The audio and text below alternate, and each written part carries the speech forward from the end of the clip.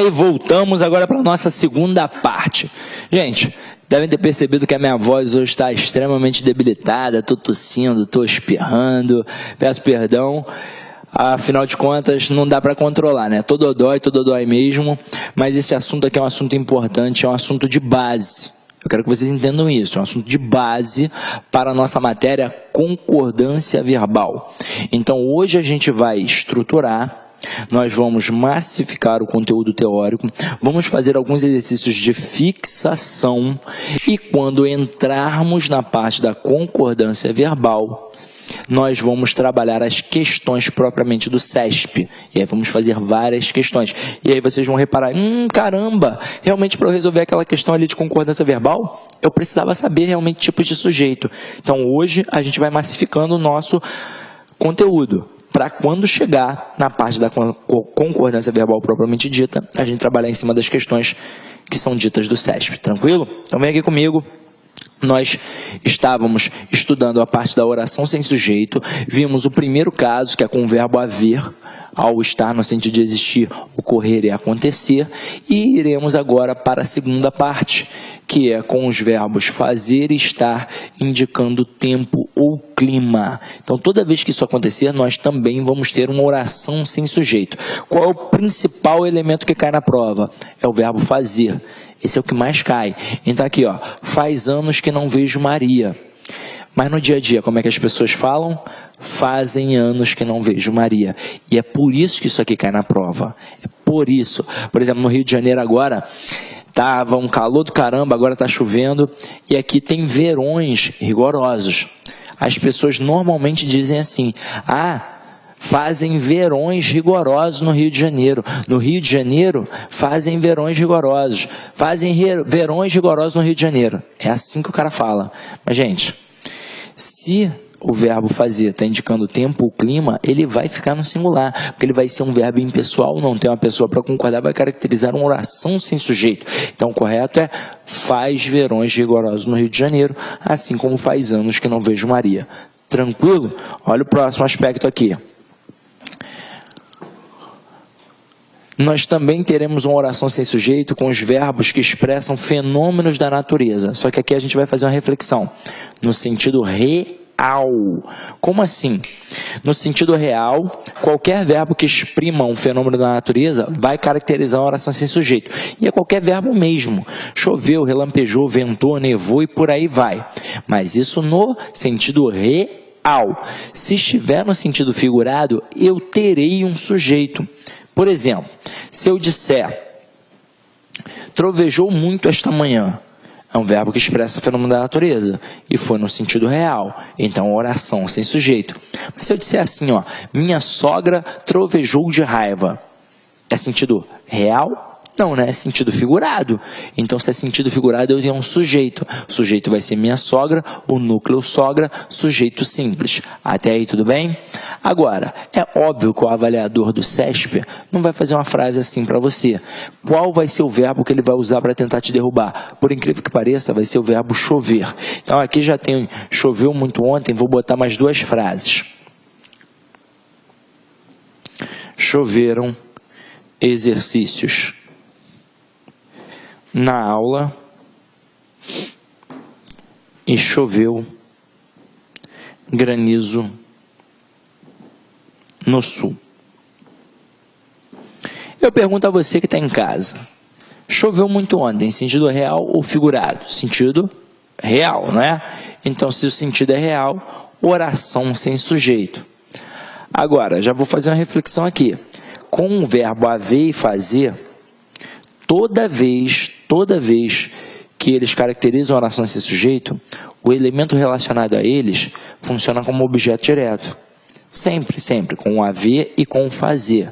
O elemento relacionado a eles funciona como objeto direto. Coisa que já não acontece aqui. Porque se você reparar na estrutura, choveu muito ontem, muito é circunstância de intensidade, e ontem é circunstância de tempo. Então eu tenho aqui um verbo intransitivo, um adjunto adverbial de intensidade e um adjunto adverbial de tempo. Agora, olha a próxima frase. Choveram exercícios na aula. Sentido real ou figurado? Sentido figurado. Então tem sujeito, não tem? Quem vai ser o sujeito? Exercícios. Pode ver que está concordando com o verbo. Agora olha a próxima frase. Choveu granizo no sul. Sentido real ou figurado? Em casa, muitos responderam real, mas o sentido é figurado.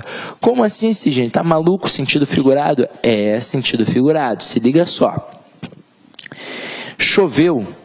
Aí você pensa, é algo que é da natureza. E granizo, você pensa que é algo da natureza, você vai pensar que é real. Mas acompanha comigo a linha de raciocínio. Quando eu digo que está chovendo, o que na verdade está caindo do céu? Chuva, não é? E chuva é o quê? Água. Então o que cai do céu é água. E granizo é água? Não, granizo é uma pedra de gelo.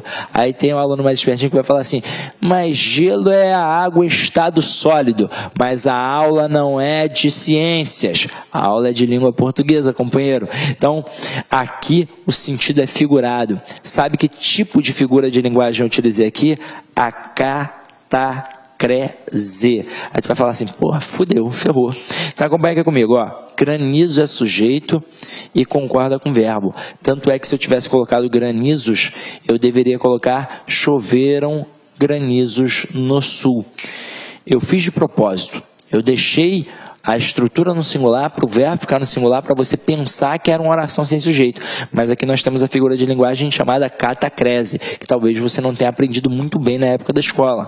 Na época da escola, para facilitar a vida, como é que a professora nos ensinou? Que era uma parte do corpo atribuída a um ser inanimado, como o braço da cadeira, o pé da mesa, a asa da xícara, o bico do bule e por aí vai. Mas a catacrese, na verdade, é uma metáfora fossilizada. Surgiu como metáfora, era a associação entre dois termos distintos. Só que foi tão usada, que perdeu aquele sentido de metáfora e passou a ser chamada de catacrese. Tanto é que a palavra catacrese, ela significa abuso. Ou seja, é uma expressão que foi extremamente desgastada pelo uso, assim como o braço do sofá, o pé da mesa, a asa da xícara, o bico do bule, o dente, né, do serrote, por aí vai. Só que além de ser uma expressão desgastada pelo uso, é também a impossibilidade de colocar um termo numa sentença, como por exemplo, chuva de granizo. Por que eu coloquei choveu granizo no sul? Para o William Bonner não ter de falar no Jornal Nacional que está caindo pedra de gelo do céu. Então, para ele não falar que está caindo pedra de gelo do céu, porque ele não teria um outro termo, ele diz que está chovendo o quê? Granizo. Outro exemplo interessante para poder cair na prova de catacrese é a palavra embarque. Assim como desembarque. O cara pode, numa tacada só, cobrar formação de palavras, mas também pode cobrar figuras de linguagem. Vamos lá. Embarque veio de quê? Veio de barco, não é? Beleza. Então, a palavra embarque foi criada para barcos. Mas eu tenho embarque e desembarque no aeroporto, na rodoviária, no ponto do táxi, por aí vai. Por quê? Porque não tem uma outra expressão. Então, ao dizer que os passageiros ficaram enrolados no embarque do aeroporto, eu fiz a utilização de uma figura de linguagem denominada catacrese. Então anota aí no teu materialzinho, ó. Qualquer coisa que chova e não seja a chuva será o sujeito. Chuva de granizo, chuva de canivete, chuva de gols, chuva de palavrões e por aí vai. Tranquilo? Foi. Então, agora, ó, para finalizar, vem o camarada mais traiçoeiro da nossa prova, o mais traiçoeiro mesmo. E assim, eu vou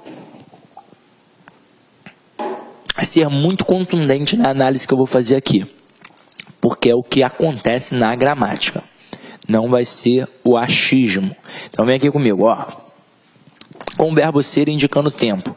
Toda vez que isso acontecer, obviamente nós teremos uma oração sem sujeito. E o aluno percebe isso com muita facilidade, porque eu pergunto, são que horas ali? Ah, são 2 horas. Ninguém vai parar para imaginar que tem alguém praticando a ação de ser 2 horas. Então, obviamente, o aluno entende com facilidade que a oração é sem sujeito.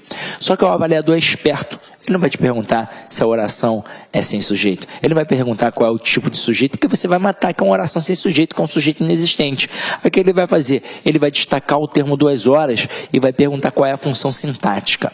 Aí vamos. Olá, meus amigos, minhas amigas! E aí, gostou da aula do nosso professor? Essa é uma aula demonstrativa, é uma aula grátis aqui da Lá Concursos, com a intenção de você conhecer o nosso projeto pedagógico, conhecer a qualidade técnica e didática dos nossos professores.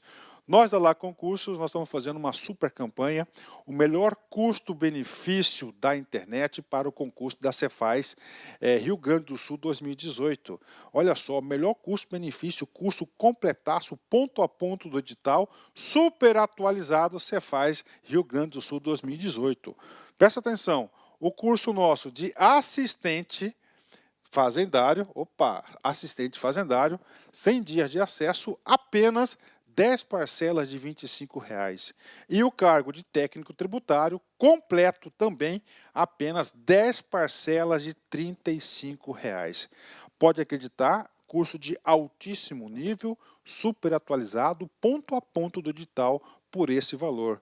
Ah, professor, tem garantia? Com certeza, você pode se matricular sem medo de ser feliz. Durante 5 dias, você pode assistir quantas videoaulas desejar e baixar quantos PDF que quiser. Se não gostar, pode pedir para sair, entre em contato com a nossa central de atendimento, que nós iremos devolver o valor do seu investimento rápido e direto, sem burocracia. Isso é só aqui na Lá Concursos. Tá certo, meus amigos? Espero vocês. Um forte abraço. Tchau, tchau. Clique like.